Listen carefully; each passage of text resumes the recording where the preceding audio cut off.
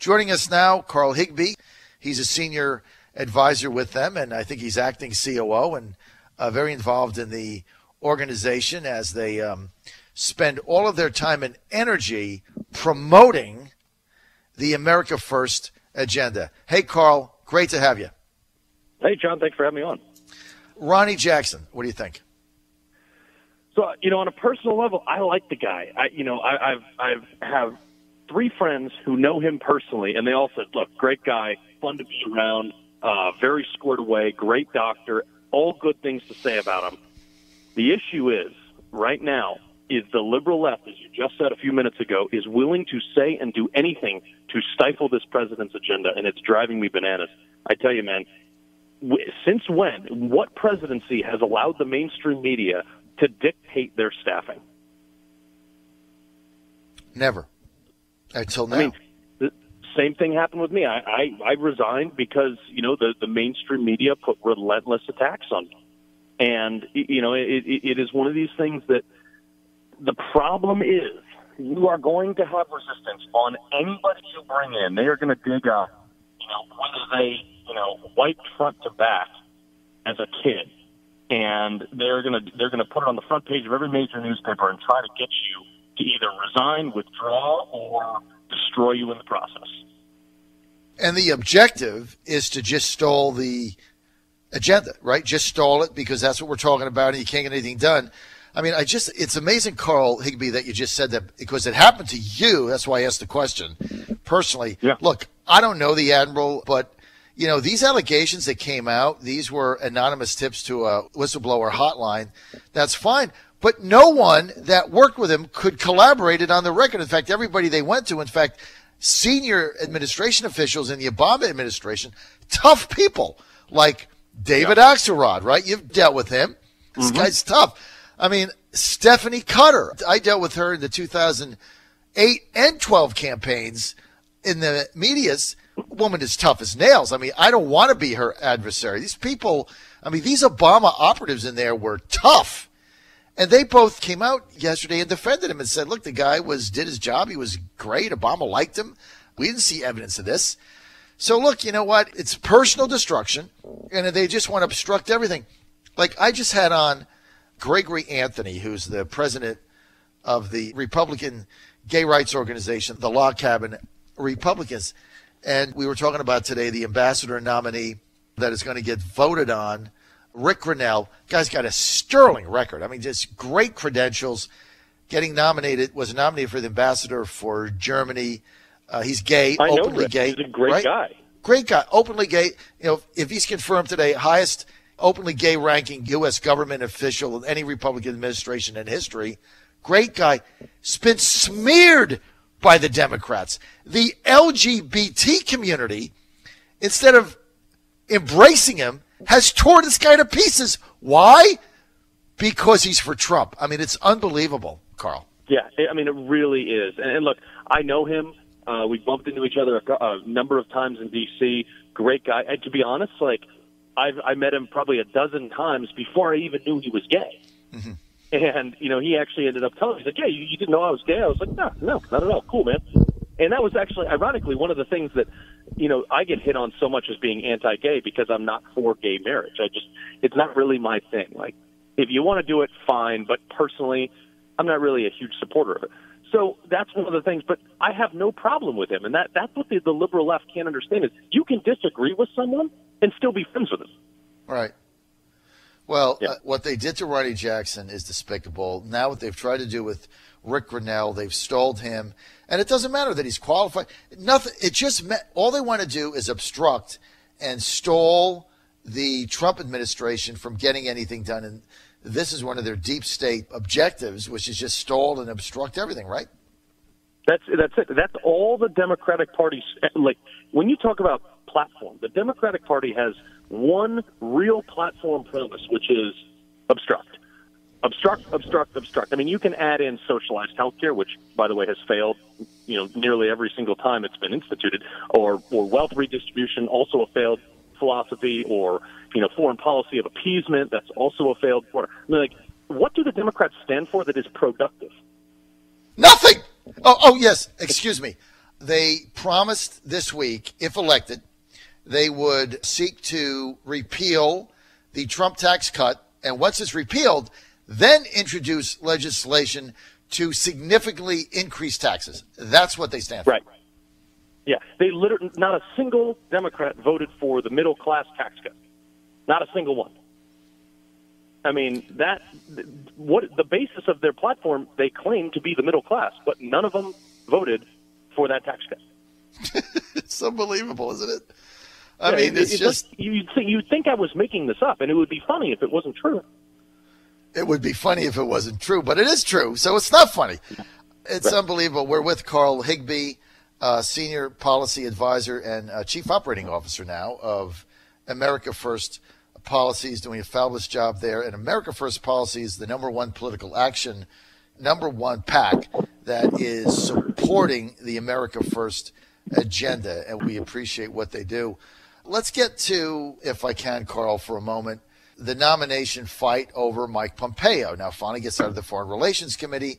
Here's another example, right? Pompeo, great member, director of the CIA, sailed through that, got all these Democratic votes, obviously. Now he's getting raked over the coals. Here's a guy that just went to North Korea, secretly met with Kim Jong-un, set the stage for the potential meeting that could be a game changer with freeing the Korean Peninsula from nuclear weapons. What on earth? Why would you not vote for Mike Pompeo for Secretary of State? Yet, once again, the Democrats trying to obstruct it again. Right. They cannot give you a good reason. It literally is like, I mean, it's shocking to me because a lot of these senators voted for the CIA director, too, which is the stunning part. And then now they're going to say, well, no, we're not going to vote for him because of, insert X partisan issue here. And it's not a matter of that. Like, Cory Booker grilled Pompeo on his view of man and woman marriages. It's like, dude, how does that affect, like, there are plenty of gay people at the CIA, many of which I've worked with over the years, and that never affected anything he did. So why is it any different at the State Department? I mean, there is no difference, right? Right. If you voted for him for director of the Central Intelligence Agency, now why would you? And he did a great job there, right? There's been no complaints. Everything he did great. Plus, he went and he met with Kim Jong-un, set the table for that. And now he's coming up for Secretary of State, which is the president's prerogative. Very well qualified, Harvard graduate, served in the Army, patrolled the Berlin Wall, first in his class at West Point. All the reasons you voted for him for CIA director, of which he did a sterling job. Now he's up for Secretary of State, and they vote no, including Tim Kaine. Guys in Virginia that are supposed to be statesmen. Kaine, Warner, the guy in Florida, right? Senator Bill Nelson votes for him, now voting nay. Voted nay, now voting nay. Voted yay, now voting nay. And the only reason is, CIA director, that was then, and now, we're going in the midterms, and all we want to do is obstruct. Yeah. If anything, Pompeo should be more eligible because of his ability to get, look, President Trump and Mike Pompeo were hand in hand on getting Kim Jong-un to the table. It's never happened before. And they were able to do it. That right there is a defining characteristic of why he should be Secretary of State. Yeah, I think you're spot on. I mean, this really, I guess, I'm really bothered today, Carl, by, what they did to Ronny Jackson, because, you get a scalp and then it encourages it. So they knocked him out by trying to destroy him personally. And like the president said on Tuesday at the press conference with President Macron, he said, why would you want to go through this? I mean, I get it. I get what the president said. They tried to do the same thing to Rick Grenell. Now they're doing it to Mike Pompeo. And don't you think that's right, Carl? They did it to you. Tell our audience when they did that to you. Just walk us through what they did and how that affected your family. They dig up a couple things, look, I had a radio show. I mean, look, how many times have you said something on radio that could possibly be construed as very controversial when taken completely out of context? I mean, every day. Daily? Yeah. Every hour now. So look, if you read the CNN headline on me, it's racist, homophobic, bigot, sexist.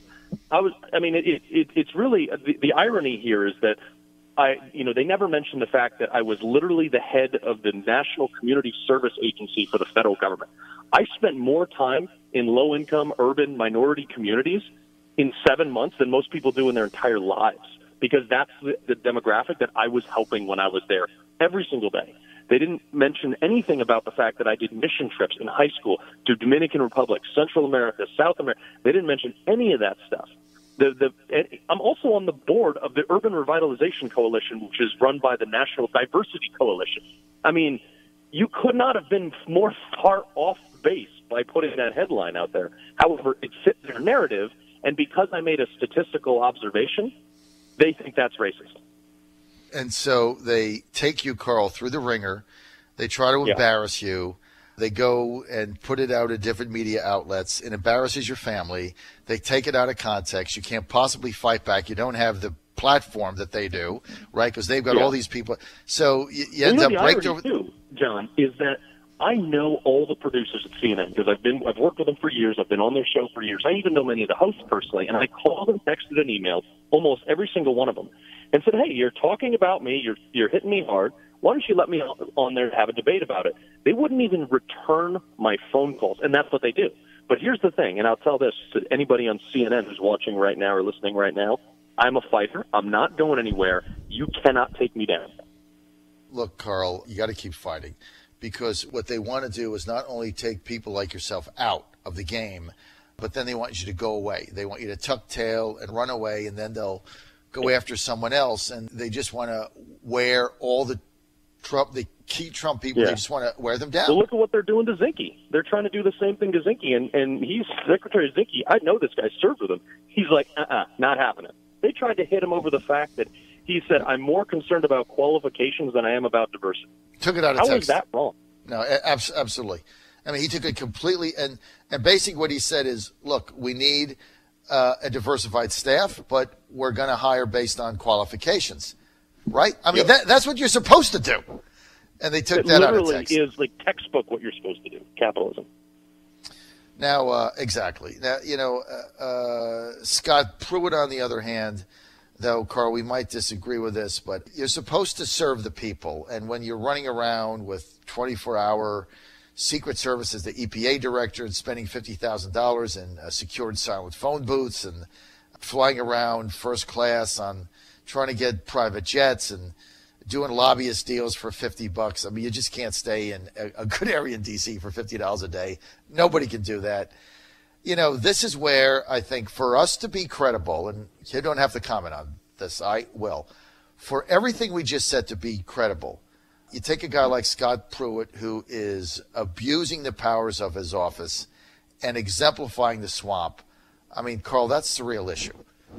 Yeah, and I'll give you some of that. And I've met Mr. Pruitt. He is a great guy. He's doing great things at the EPA, and I don't want to discredit him. I don't want to say anything negative, but I will say that this stuff is largely blown out of proportion. His travel costs are pretty comparable to the previous EPA administrator under President Obama. Yes, but his predecessor didn't ask for 24-hour Secret Service surveillance. He didn't make an inquiry about a private jet. He didn't get a $50,000 phone system private installed without going through the proper protocol. And he didn't rent a room in Washington off a donor for $50 a day, which nobody else can get. And, this is the other thing. He didn't take two of his cronies and give them big raises. You start putting all this stuff in, and look, if we're going to say drain the swamp, then we've got to be consistent. And I don't think the EPA director has thought a lot of this stuff through. And I think the image that he's representing is antithetical of what the president said he would stop. And I think, if I was Scott Pruitt, I would just gracefully get out of this thing and go away, because it's not helpful in my judgment. Yeah. But that's just me. That's just me. That's a fair judgment. Yeah, it's a fair judgment. Carl, we're out of time, man. I want to thank Carl Higbie for being with us. He is Senior Policy Advisor and COO, that's Chief Operating Officer of America First Policies. That is the number one political action committee that is supporting the America First agenda in the United States and their policies behind putting America first. More information, go to americafirstpolicies.org. That is americafirstpolicies.org. Carl, great to have you with us, man. Always a pleasure. Thanks for having me, John. All right, buddy. John Fredericks Radio Network.